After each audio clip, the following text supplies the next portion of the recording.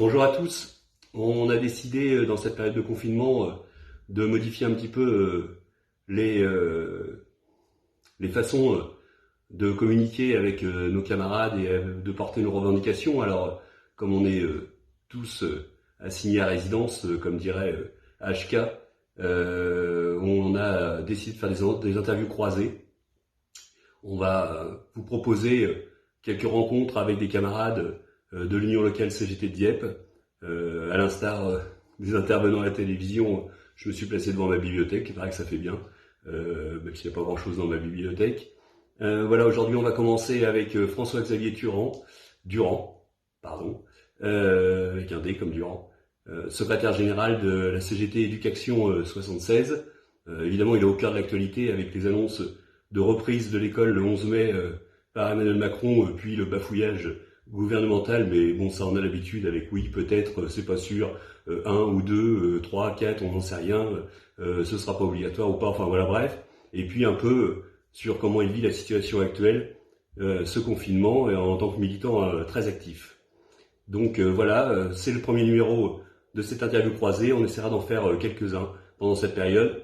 Je vous souhaite à tous de passer ce moment extrêmement difficile le mieux possible. Et on va commencer avec une première question à François-Xavier. Donc François-Xavier, voilà, donc tu as entendu comme tout le monde Emmanuel Macron annoncer cette reprise de l'école le 11 mai. Donc je le disais tout à l'heure, tu es secrétaire général de la CGT Éducation 76, mais tu es aussi directeur d'une école Sonia Delaunay à Dieppe. Donc comment tu perçois déjà cette annonce et comment tu envisages cette reprise, mais surtout quelles sont les revendications que tu portes auprès du gouvernement pour pouvoir accueillir les enfants, si c'est le cas, dans les meilleures conditions possibles.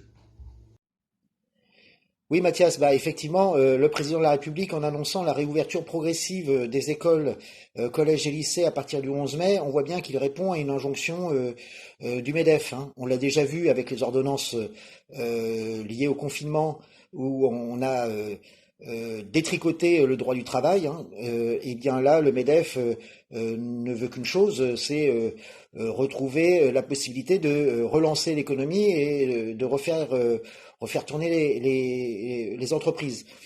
Donc sans avoir aucune garantie sanitaire et aucune garantie que l'épidémie soit arrêtée le 11 mai. Donc pour cela, il fallait réouvrir les écoles. Alors on nous annonce de façon progressive, mais pour la CGT Éducation, il ne peut pas y avoir de réouverture des écoles sans garantie que l'épidémie est arrêtée. Il est inconcevable de pouvoir travailler avec des masques. Il est inconcevable de pouvoir travailler dans des classes avec ne serait-ce que 20 élèves, mais au collège ou au lycée, c'est 25, voire 30 élèves.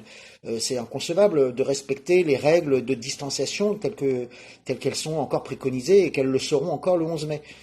Comment on peut assurer aussi la cantine, la garderie, et puis travailler correctement, je pense en maternelle, mais aussi en élémentaire, dire aux élèves, non, non, tu prends pas le stylo de ton voisin, non, non, tu touches pas au cube, en maternelle, non, non, attention au matériel, il faut pas y toucher, tu le passes pas à ton voisin, non, non, tu t'approches pas de tel élève ou de tel élève, c'est inconcevable.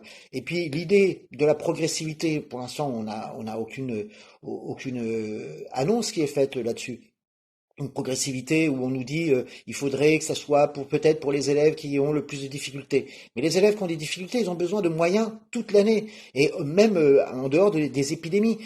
Ça nécessite d'avoir des moyens supplémentaires. C'est ce qu'on ne cesse de réclamer. Donc cette annonce-là, elle est faite pour faire plaisir au MEDEF, elle est faite pour relancer l'économie, chose que n'a jamais véritablement abandonné M. Macron. Il y a d'autres priorités à faire. En tout cas, pour la CGT Éducation, on soutiendra les collègues qui exerceront leur droit de retrait et on n'incitera pas les collègues à aller travailler dans des conditions où les garanties sanitaires ne sont pas respectées. On ne peut pas travailler correctement, on ne peut pas apprendre correctement, on ne peut pas dire qu'on va retrouver une école normale le 11 mai si on a encore les problématiques de masques, les problématiques de distanciation sociale, les problématiques qui sont liées encore à l'épidémie. Donc où on résout le problème de l'épidémie et dans ces cas-là, les écoles doivent rester fermées, sauf celles pour accueillir les enfants des personnels soignants ou des personnels qui sont nécessaires au fonctionnement de l'État liés à l'épidémie, hein, juste avec sur la base du volontariat, mais certainement pas de cette façon-là. Et puis quid des enseignants, hein, les enseignants, l'employeur doit garantir la sécurité de ses employés, quid des enseignants qui vont se retrouver face à des contradictions où on va vous dire c'est sur la base du volontariat, et on va dire aux parents bah c'est si vous voulez, alors que derrière on sait bien que quand on dit c'est vous voulez, il va y avoir une pression des employeurs vis-à-vis des salariés pour qu'ils viennent travailler, donc pour mettre les enfants à l'école, et une pression aussi de l'employeur Éducation nationale de faire venir les enseignants, quelles que soient les conditions de sécurité, quelles que soient les conditions sanitaires. Donc rappelons quand même que au tout début du confinement, il a fallu 15 jours pour obtenir des masques dans les écoles qui accueillaient les enfants des personnels soignants. C'était un flou artistique, et là on se dirige vers une nouvelle fois un flou artistique qui n'a d'autre but que de faire plaisir au MEDEF.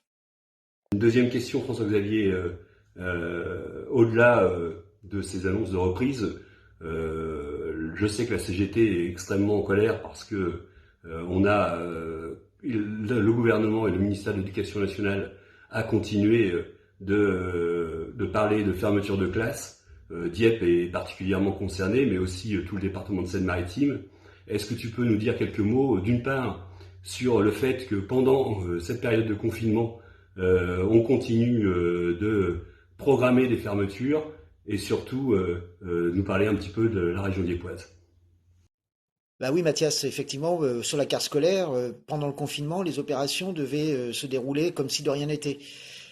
Ce qui nous semblait complètement absurde. C'est pour ça que nous avions demandé non seulement le report des instances, mais un moratoire aussi sur les postes, parce que la rentrée scolaire, de toute façon, 2020, allait être bouleversée.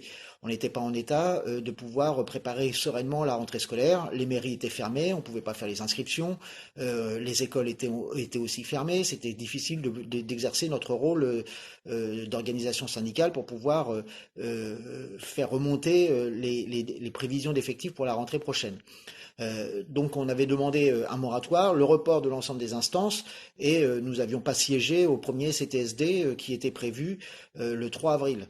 Donc suite à l'ensemble des actions et puis premières annonces, alors que notre département était doté de 6 postes, il y avait finalement au bout du premier groupe de travail 25 postes qui étaient disponibles. Ça veut dire qu'on se retrouvait en septembre avec une carte scolaire qui était, je dirais, l'équivalent d'une carte scolaire quand on a 30 postes dans le département pour la rentrée. Ce qui était inconcevable, ce qui montrait bien que de toute façon la rentrée 2020 était problématique. Le ministre, entre deux, a annoncé la création de 1248 postes. 30 sont arrivés pour notre département. Et puis l'annulation qu'il n'y aurait aucune fermeture de classe en milieu rural pour les communes de moins de 5000 habitants sans l'accord des maires. Un équilibrage en milieu urbain entre les ouvertures et les fermetures. Et puis effectivement une dotation qui arrivait sur l'ensemble des départements. Alors c'est une grande avancée, hein. La CGT Éducation effectivement est beaucoup intervenue pour pouvoir obtenir ces postes et puis ce report de fait des instances. Mais ce que l'on peut quand même dénoncer, c'est que le problème va se poser à tous les niveaux. C'est-à-dire qu'on a des postes supplémentaires pour le premier degré, mais on n'a rien pour les collèges et rien pour les lycées. Alors que la situation à la rentrée va être tout aussi dramatique et qu'on voit mal comment après pratiquement disons 2 mois d'arrêt d'enseignement, voire 3 mois d'enseignement de fin d'année qui va être très compliqué, assurer une rentrée dans des effectifs, notamment en collège ou lycée, où ils vont être à 25, voire 30, voire plus par classe. Donc pour nous, la dotation, elle n'est pas suffisante. Elle n'est pas suffisante non plus sur le premier degré pour répondre à toutes les exigences du ministre de l'Éducation nationale qui voulait finir de dédoubler les CP et les CE1 en REP et en REP+, dédoubler les grandes sections, limiter limiter à 24 les classes de grande section et de CP pour les écoles qui étaient hors éducation prioritaire, développer la scolarisation des moins de 3 ans, assurer les moyens de remplacement. Enfin, en tout cas, le nombre de postes qui a été attribué, c'est certes une bouffée d'oxygène, mais c'est toujours pas suffisant. Alors sur le secteur dieppe-poix, finalement, alors qu'il était prévu initialement sur la ville de Dieppe et les alentours, la fermeture d'une quinzaine de classes, eh bien finalement on se retrouve qu'avec 3 fermetures de classes sur la ville de Dieppe. Mais le compte n'y est toujours pas parce que les 3 fermetures de classes, c'est 2 écoles maternelles, c'est l'école maternelle de Blainville, celle qui a accueilli les enfants des personnels soignants au passage, hein, faut quand même le dire, là où les enseignants étaient quand même mobilisés, pas que ceux de cette école-là, hein, puisque c'est beaucoup d'enseignants de toutes les écoles qui se sont mobilisés aussi pour permettre l'accueil des enfants des personnels soignants. Il y a l'école Thomas qui est en REP et qui là aussi devrait avoir une attention toute particulière. Et puis il y a surtout l'école Michelet qui relève de la REP+, mais elle n'est pas en REP. Alors effectivement, passer de 4 à 3 classes, ça va poser énormément de problèmes pour la rentrée prochaine. C'est une école quand même qui est dans un quartier très compliqué avec des enfants allophones, des enfants, enfin des difficultés qui sont quand même très problématiques. Et puis il y a toujours aussi l'école Sonia Delaunay qui n'a pas obtenu, qui a obtenu la transformation du dispositif plus de mètres que de classe en classe dédoublée de CP, mais qui elle aussi relève de la REP+, et qui n'est toujours pas en REP+. On n'a pas le dédoublement des CE1, il n'y a pas la prime REP, il n'y a pas les journées de pondération qui permettent de développer la formation pour les enseignants. Donc là encore, on voit bien que il y a encore des injustices qui sont criantes sur le territoire diepois. Donc voilà pour l'instant ce que l'on sait pour la rentrée prochaine. On espère qu'il va y avoir encore des ajustements et j'espère que le ministre va faire là encore donner des dotations suffisantes pour assurer la rentrée prochaine de façon correcte. Dernière question, François-Xavier, un peu plus personnelle. Comment tu vis, toi, cette période difficile où tu es astreint à résidence, comme je le disais tout à l'heure, où tu es confiné, comme on dit.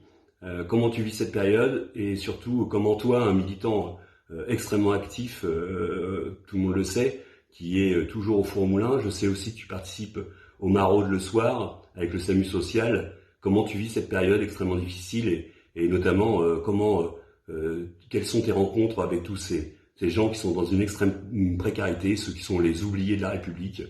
Comment tu vis ça et à titre personnel mais aussi à titre collectif. Oui, bah, le confinement, on le subit comme tout le monde, hein. Donc, alors au niveau personnel, bon, bah, j'ai la chance d'avoir déjà un toit, donc c'est déjà bien. J'ai les équipements informatiques, donc ça me permet quand même d'avoir un peu de lien social. Au niveau professionnel, bah, ça a été un petit peu difficile au départ parce que il a fallu gérer avec l'ensemble des collègues, des familles, garder le lien avec les familles. Donc ça c'est toujours assez compliqué à distance, euh, organiser un petit peu tout. Et puis vis-à-vis syndical, là aussi, l'activité elle a pas chômé, hein, parce que entre les problématiques de masques pour l'accueil des enfants, des personnels soignants, et puis la cacophonie, on va le dire, hein, gouvernementale, et puis les injonctions de certains inspecteurs ou de hiérarchie pour demander des états des lieux, des familles contactées, etc. Ce que je n'ai pas subi personnellement, mais ce que d'autres collègues ont subi, donc il a fallu quand même intervenir au niveau syndical. Donc là, ça a été un petit peu compliqué. Et en plus, tout se fait à distance, par téléphone, quand on veut bien nous répondre, ou en visioconférence lorsqu'il y a des groupes de travail sur la carte scolaire ou les problématiques de mutation, puisque là, ça va arriver. Donc là, il y a quand même pas mal de choses qui sont compliquées. On a un flou entre finalement une administration qui continue, hein, qui a une volonté de vouloir poursuivre, assurer la continuité administrative, hein, en plus que nous devons assurer la continuité pédagogique, chose quand même qui est un petit peu hallucinante. Voilà. Euh, Ensuite, au niveau personnel, sur mes activités autres, tu parlais du SAMU social. Oui, effectivement, je fais les maraudes du SAMU social. Et là, on voit vraiment la difficulté et on voit les choses s'accentuer, les problèmes s'accentuer jour après jour sur des situations individuelles de personnes qui se sont qui se sont retrouvés sans aucun revenu, avec une détresse qui est assez importante, euh, liée aussi des fois au confinement qui pose aussi problème, hein, parce que on imagine bien que dans les familles aussi, être confiné 24 heures sur 24, c'est pas toujours facile et bah, ça se ressent aussi. Voilà, effectivement, quand on fait les maraudes ou quand on fait d'autres activités aussi, ou quand on est en lien aussi avec des familles hein, qui nous disent bon bah on a hâte que ça s'arrête et qu'on retrouve une vie normale. Voilà, bah, j'espère que j'ai répondu à tes questions. En tout cas, euh, on espère pouvoir se retrouver tous. Le 1er mai, bah, pour l'instant, c'est un petit peu râpé, mais on aura l'occasion d'en reparler. Et puis, en tout cas, il faut garder espoir et puis surtout garder nos convictions parce qu'on en aura besoin face à un gouvernement qui, lui, ne lâche pas les siennes. Voilà, c'était le premier numéro de ces interviews croisées.